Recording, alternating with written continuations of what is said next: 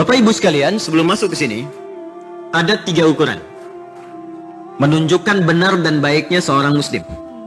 Fokus, hati-hati. 1, ukuran akidah. 2, ukuran ibadah. 3, ukuran akhlak.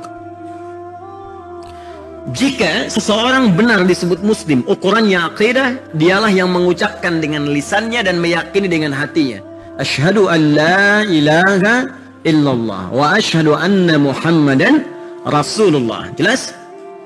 Baik, kalau ada, orang yang mengucapkan dengan lisannya, meyakini dengan hatinya kalimat tadi, asyhadu an la ilaha illallah wa asyhadu anna Muhammadar Rasulullah, maka ini ukuran kebenaran seorang muslim dari segi akidah.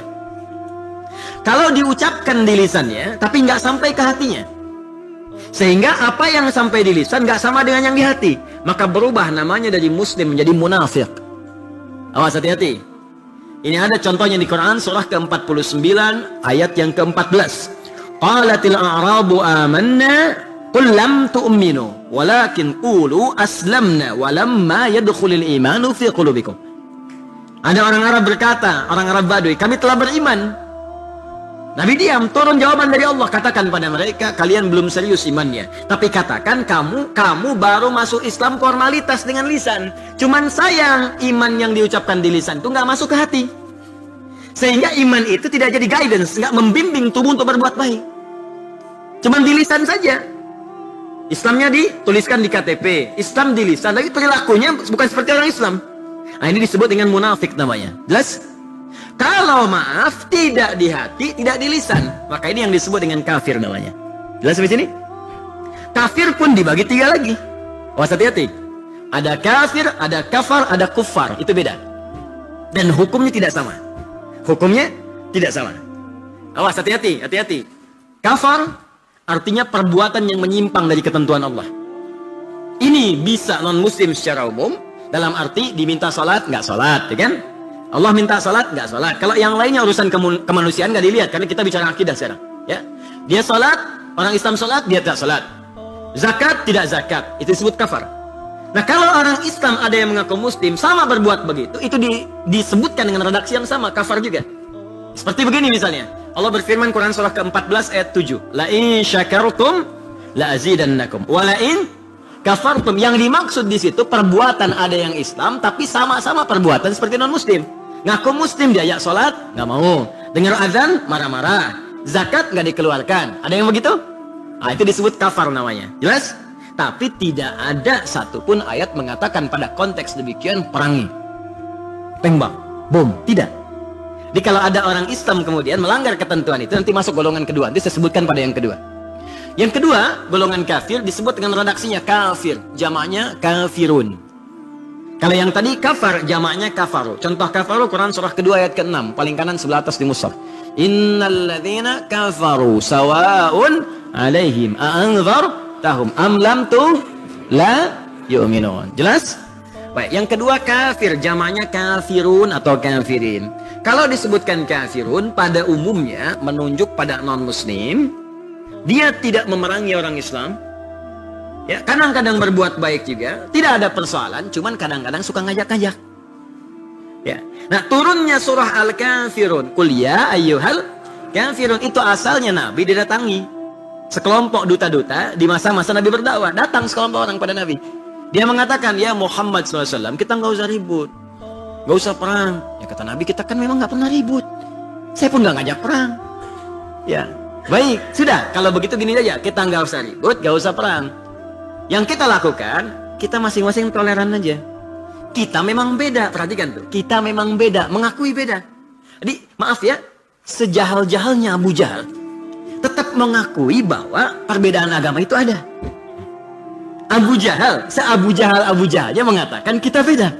Jadi kalau ada yang sekarang mengatakan semua agama sama, menuju pada Tuhan yang sama, cuman caranya beda-beda. Itu kata Nabi di hadis Muslim, kalau orang dulu dengar pernyataan itu bisa kaget. Di Abu Jahal kalau hidup lagi, dengar orang liberal sekarang itu kaget itu. Kok kamu bilang gitu? Misal ya. Kok kamu bilang gitu? Itu bisa ikutan kaget. Ya kita memang beda, tapi jangan sampai perbedaan ini menjadikan kita berselisih dan perang. Gini saja, kami malam ini ikut nyembah Tuhan kamu. Kamu besok-besok nyembah Tuhan kami. Maka saat itu turun kemudian ketentuan dalam Al-Quran dan fenomenal sampai sekarang. Ini ayat dan kalimat tidak ditemukan di kitab manapun, cuma di Al-Quran. Saya punya koleksi kitab-kitab lain, alhamdulillah, dan kita harus saling menghormati dengan yang lain, tapi hanya Anda temukan kalimat di Al-Quran. Qul ya ayyuhal kafir. Tiba-tiba Allah turunkan kalimat yang halus dan lembut, dasar toleransi dalam Al-Quran. Katakan Muhammad, perhatikan, pada orang-orang kafir itu. Apa itu kafir? Kafir itu tadinya Pak bahasa Arab halus, Bu. Bukan kasar, halus sekali, lembut di situ. Kafir itu dari kata kafara. Diserap ke dalam bahasa Inggris jadi kafar. Kafar. Kafar itu asalnya sesuatu yang terhalang, begini. Sehingga menutup yang ada di dalamnya. Kafar ini kafar buku. Kenapa disebut kafar? Karena menutup isinya begini. Ya. I'm covered by this book. Ya, saya tertutup nih dengan buku ini. Ya, bahasa Arabnya kafara itu terhalang, tertutup. Orang yang menghalangi dirinya atau menutup diri belum mau menerima disebut kafir namanya. Maka Quran ketika menurunkan ayat ini kalimatnya lembut. Katakan Muhammad pada orang-orang yang masih menutup diri ini dari dakwah kamu. Dan makanya ketika disebut kafir mereka nggak marah. Saya belum pernah dengar riwayat menyebutkan begini. Ketika Abu Jahal disebut kafir langsung menghunus pedangnya. Apa? Ya. Katakan, hei orang kafir, enak aja nyebut saya kafir, saya keluar pedang. Tidak. Mereka diam aja. Abu Jahal itu pakar bahasa Arab. Abu Lahab paham bahasa Arab. Disebut kafir biasa aja. Kenapa orang sekarang tiba-tiba marah-marah? Bahasa Arab gak ngerti, Quran gak hafal. Karena tidak paham, itu kita pahamkan. Jadi kalau ada orang belum paham bukan dimarahi, rumusnya dipahamkan. Dijelaskan dengan lembut. Makanya Quran mengajarkan lembut. Ya, Bapak kenal Firaun gak? Bu, Firaunnya itu kan kejam, kasar. Firaunnya, sekasar-kasarnya, itu Nabi Musa dan Harun ketika diperintahkan berdakwah disuruh lembut. Nggak percaya buka Quran surah 20 ayat 43 sampai 44. Kata Allah, idhaba ila fir'auna innahu tagha. Musa dan Harun pergilah kepada Firaun, dia sudah mulai menyalahgunakan kekuasaan. Tapi belum selesai ayatnya. Faqula lahu qawlan layyina la'allahu yatadzakkaru aw yakhsha. Dakwahi dia dengan lembut. Mungkin dengan kelembutan itu dia sadar dia salah dan mulai takut dengan Allah mau berubah. Perhatikan. Maaf ya, Fir'aun Fir'aunnya diutus 2 orang nabi dan rasul. Ahli surga, dekat dengan Allah. Perhatikan baik-baik. Dekat dengan Allah, surga dijamin, amal luar biasa. Diutus berdakwah kepada manusia paling kejam, ngaku Tuhan, ana rabbukumul a'la. Tetap diperintahkan berkata dengan lembut. Anda siapa? Nabi bukan, Rasul bukan. Anda dengan Nabi Musa, soleh Musa. Anda dengan Harun, masih baik Harun. Anda berdakwah kepada teman Anda yang bukan Firaun. Kepada istri dan pasangan Anda yang bukan Firaun. Kenapa mesti kasar? Kata Allah, katakan cinta, Anda katakan putus. Kata Allah, katakan lembut. Kenapa Anda harus kemudian berlaku kasar? Kembali kemudian ke ayat ini, Bapak Ibu sekalian. Tadi kafir, ya, disebut kafir terhalang dan lakum dinukum waliyadin. Sudah, begini saja yang paling bagus, jangan saling ganggu. Kami hormati Anda hormati kami. Sudah, itulah dasar toleransi dalam Islam. Jadi kalau kami ibadah, biarkan kami ibadah. Anda ibadah pun nggak boleh diganggu. Makanya dalam Islam nggak boleh Anda ganggu, Pak. Ya, saudara kita sebangsa seair Natalan, jangan diganggu. Jangan diganggu. Biarkan ibadah dengan tenang. Kalau bertanya tentang Islam, dakwahi, itu indah, lembut kan? Selesai. Ya, kalaupun tak mengucapkan misalnya selamat atau apa, hormati juga karena itu bagian dari ibadah. Ya, kalimat itu kan cuma kalimat. Di Islam itu kalimat jadi ibadah. Syahadat kan pakai kalimat. Nikah pakai kalimat. Kebolehan berhubungan suami istri itu pakai kalimat. Kalau nggak ada kalimat nggak boleh. Saya terima nikahnya si Fulan binti Fulan dengan mas kawin sekian dibayar kontan. Ya kan? Saya terima nikahnya Fulan binti Fulan dengan mas kawin sekian dibayar, boleh ngutang nggak? Itu kan kalimat, dengan kalimat itu sah hubungan pernikahan. Dengan kalimat sah keislaman.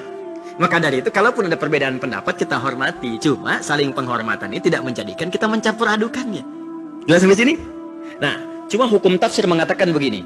Kalau tidak disebutkan orangnya sekali lagi dan kapan kejadiannya, maka kejadian itu akan terjadi lagi di masa depan dengan tokoh-tokoh yang berbeda. Zaman Nabi ada orang tidak menyakiti tapi suka ngajak-ngajak. Maka zaman sekarang pun pasti akan ada. Saya tanya pada Anda, ada nggak non-muslim tidak menyakiti tapi suka ngajak-ngajak? Ada? Ada. Maka jangan aneh kalau ada yang seperti itu. Nggak usah marah-marah. Jelas ya? Awas. Ini yang dimaksud moderasi dalam Islam. Toleransi dalam Islam. Ya, jelas sampai sini ya? Baik, kembalikan. Nah itu, maaf, Kalau ada yang memang sengaja nekat untuk menyakiti, menzalimi, menganiaya dan sebagainya, ada pembelaan di situ. Kaidahnya berubah dari kafir, kafir berubah jadi kufar. Kufar. Makanya di redaksi di Quran ketika menyebutkan kufar, kalimatnya tegas, asyidda. Quran surah ke-48 ayat 29. Muhammadur Rasulullah walladzina ma'ahu asyidda'u 'alal kufar. Makanya kalau mau pintar, ngaji, jangan sekedar baca terjemahan. Karena terjemah tiga-tiganya sama, kafaru kafir, kafirun kafir. Qul ya ayyuhal kafirun, katakan orang-orang kafir. Innalladzina kafaru, sungguh orang-orang kafir. Asyidda'u 'alal kufar, keras pada orang kafir. Ngaji pakai terjemahan, jadi salah semua jadi kafir. Jelas ya? Nah, maka dari itu cek, belajar tafsir yang baik, kapan ini kemudian direspon lembut, kapan direspon dengan ketegasan. Ada tempatnya. Tapi yang kembali ke sini, ukuran keislaman yang benar secara akidah, mengucapkan syahadat dengan lisan, diimani dengan hati. Paham? Kalau lisan berucap, hati tak iman, disebut munafik. Kalau dua-duanya tidak keluar, maka itu yang disebut dengan kafir. Jelas sampai sini? Dua, ukuran Islam yang benar secara ibadah. Nanti saya mau katakan ini masuk yang mana ya. Kedua, secara ibadah. Kalau ada yang melanggar ketentuan ibadah ini, maka Islamnya belum baik, tapi tidak masuk kategori kafir. Masuknya fasik atau asin, orang yang bermaksiat kepada Allah, atau fasik yang melanggar ketentuan Allah. Contoh, Muslim kalau sudah masuk Islam, sudah bersyahadat, maka wajib untuk ibadah. Karena itu Nabi di hadis Muslim nomor hadis yang ke-8 dikutip oleh Al-Imam An-Nawawi di hadis Ar-Arba'in nomor hadis yang kedua. Ketika ditanya tentang Islam, maka dijawab anta syahada alla ilaha illallah wa anna Muhammadar Rasulullah aqidah. Setelah itu wa tuqimas shalah ibadah, wa tu'tiyaz zakah ibadah, wa tasuma ramadan ibadah, wa tahujjal baita in istata'ta ilaihi sabila. Salat, zakat, puasa, haji. Salat itu ibadah. Kalau ada orang ngaku Islam dia enggak salat, tidak otomatis mengeluarkan dia dari Islam. Cuma dia disebut fasik, asin, bermaksiat dia. Orang Islam gak mau puasa, ya, ikut-ikutan seperti puasa Ramadan. Padahal ketika dia kumur-kumur pakai sirup. Nah, itu fasik, asin. Jelas? Dia bermaksiat kepada Allah.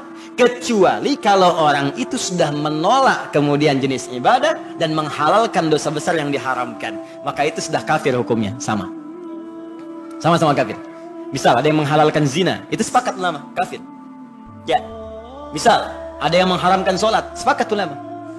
Ya, makanya ketika Hadratus Syekh Kiai Haji Muhammad Hashim bin Ash'ari yang mendirikan Nahdlatul Ulama tanggal 31 Januari 1926. Ya, beliau menulis kitab 19. Di kitab keduanya ada judul Risalah Ahlus Sunnah wal Jamaah. Risalah Ahlus Sunnah wal Jamaah. Di halaman ke-11, paling kiri sebelah bawah, paragraf yang ketiga. Ya, perhatikan kalimatnya. Di situ beliau menyebutkan aliran al-abahiyun. Hati-hati nih. Hati-hati, awas, hati-hati. Wa minhumul abahiyuna. Ada aliran sesat namanya abahiyun. Apa itu aliran abahiyun? Perhatikan baik-baik. Aliran ini kelihatan rajin berzikir, seperti rajin berzikir. Tapi salah kesimpulan, konslet. Menyimpulkan wasafa qalbuhu, karena udah banyak latihan zikir. Ya, zikir itu bisa banyak turunannya, bisa bacaan-bacaan, ada. Ya, Quran surah ke-4 dalilnya 103. Ada lagi yang doa zikir, Quran surah ke-7 ayat 205. Salat disebut zikir, Quran surah ke-20 ayat ke-14. Kalimat-kalimat thayyibah, Allah, subhanallah, alhamdulillah, ya, asmaul husna itu disebut zikir. Ya, Quran surah kedua ayat 152 misalnya. Zikir, banyak zikir. Jadi jenisnya banyak. Cuman ada yang salah. Begitu dia merasakan enak, yang dia kejar kuantitas bukan kualitas. Kesimpulan salah. Wasafa qalbuhu, merasa bersih hatinya. Karena sudah bersih, merasa dekat dengan Allah. Fala yantabiqu alaihi al-amru wan nahyu. Sudah enggak berlaku perintah dan larangan. Jadi dia menganggap ini zikir latihan untuk dekat dengan Allah. Sampai sini benar. Tapi kesimpulan salah, karena sudah dekat dengan Allah enggak perlu latihan lagi. Jadi kalau kita sekarang sholat masih latihan. Bagi dia kalau levelnya sudah tinggi enggak perlu sholat lagi.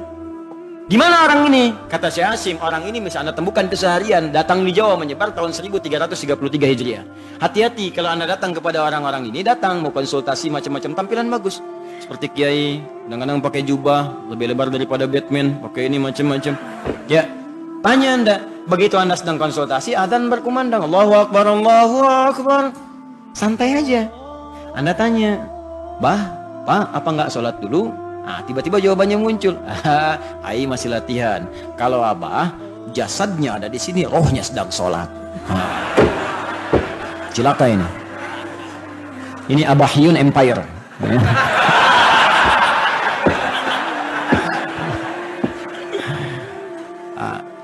Ini apa kata Syekh Hashim? Aliran sesat menyesatkan. Jadi kalau ada yang ikutan seperti ini, itu cenderung bisa kafir nantinya. Karena kenapa? Maaf, menghentikan perintah ibadah dan menganggap yang lain larangan itu sudah nggak berlaku bagi mereka. Jadi bagi mereka mabuk tuh boleh, mencuri boleh. Yang namanya sudah dekat dengan Allah, salah sedikit paling dimaafkan, itu prinsip mereka. Itu yang keliru, ya. Saya pernah ditanya oleh orang liberal, salah satu tokoh lah di Indonesia. Ustaz, sholat itu kan mencegah perbuatan keji dan mungkar katanya. Iya betul, saya bilang. Dalilnya kan ini, iya betul. Berarti kalau saya sudah bisa terbebas dari perbuatan keji dan mungkar, saya nggak perlu sholat lagi dong. Saya diam aja, Mas ini ya. Meninggalkan sholat itu perbuatan mungkar, sudah ya. Saya tinggal pergi. Meninggalkan sholat itu termasuk perbuatan mungkar. Jadi kalau sholatnya ditinggalkan dan mengaku terbebas dari perbuatan keji dan mungkar tanpa mengerjakan sholat, berarti dia masih mungkar. Itu golongan kedua. Ketiga, ukuran akhlak. Awas, akidah, ibadah, akhlak. Karena Islam itu dirajut dengan 3 hal utama ini. Awas, orang Islam akidah mesti benar. Orang Islam ibadahnya mesti lurus. Orang Islam akhlaknya mesti mulia. Jadi kalau ada akidah benar, maaf, ibadahnya betul, tapi akhlak gak betul, pasti ada yang salah di antara akidah dan ibadah itu. Makanya semua unsur ibadah itu muaranya akhlak. Gak percaya silakan. Salat. Apa muaranya? Inna salata tanha 'anil fahsya wal munkar. Puncaknya haji itu kan melatih akhlak juga di situ. Makanya ketika Anda berputar 7 kali itu, 7 kali, jangan saling dorong, jangan saling injak, ada peluang nyium hajar aswad tapi jangan saling menyakiti, itu dipakai prakteknya. Makanya hidup jangan putar-putar aja, berangkat pulang, kalau cuma makan, tidur, binatang juga bisa. Apa fungsi iman kita di situ? Kalau berangkat pulang, berangkat gelap, pulang gelap, mana fungsi imannya? Oke, berputar sambil zikir. Ada peluang kejar seperti sa'i. Apa artinya sa'i? Lari-lari kecil. Kalau lari-lari cepat, maraton. Sa'i itu asalnya bukan dari kecil. Dari kata sa'a yas'a, usaha yang sungguh-sungguh. Karena di tempat itu ada seorang ibu yang pernah usaha sungguh-sungguh supaya bisa mendapatkan minuman tuh anaknya. Makanya kalau Anda sedang kerja, prinsip sa'i dipakai. Kerja yang sungguh-sungguh, yang serius. Dimanapun Anda bekerja.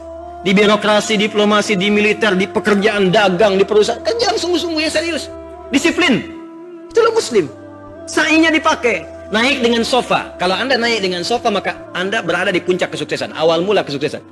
Sofa, jernihkan pikiran Anda. Yakin dengan Allah seperti Sayyidah Hajar yakin. Jernih, gak mungkin Allah mengabaikan saya. Turun. Kadang-kadang hidup naik turun, gak semuanya di atas. Mesti turun, datar. Ada peluang kejar. Makanya di antara 2 lampu hijau itu berjalan cepat-cepat. Lari-lari kecil. Kenapa? Karena lihat peluang. Kalau ada peluang, kejar. Peluang dagang, marketing, kejar. Peluang kedudukan yang bagus, kejar yang bagus. Dengan cara yang benar. Walaupun sampai sana kadang-kadang fata morgana, oh ternyata bukan, balik lagi. Tapi jangan putus asa. Yang pakai kan orang lain. Alexander Graham Bell tuh penemu apa? Telepon. Thomas Alva Edison penemu apa? Lampu. Thomas Alva Edison tuh 1000 kali uji coba. 1000 kali. Kalau dia baca surat An-Nur selesai itu. Wal misbahu fi zujajah. Ya, lampu itu kalau ingin bertahan mesti ada kemudian penutupnya, kaca penutupnya. Baca surat itu selesai. Sampai 1000 kali meneliti. Tapi kan nggak putus-putus. Kerja lagi. Kita demikian, capek. Mungkin boleh jadi setelah sekian kali itu Allah menggerakkan kemudian pintu-pintu langit dibuka, dihentakkanlah ibunya yang kerja keras, anaknya yang dapat bagiannya. Mungkin dari situ, kadang rezeki itu nggak datang dari Anda semua, Pak. Mungkin dari anak, dari doa istri. Makanya bukan aib, Pak. Bapak berangkat minta istri doakan.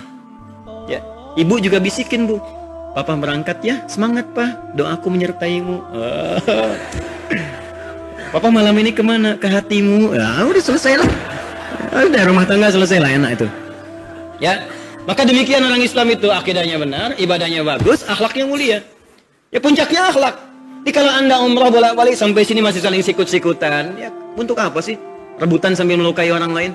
Untuk jabatan saling menyingkirkan orang, meninggal juga. Anda wafat juga, Anda dihisab Anda. Dihisab juga.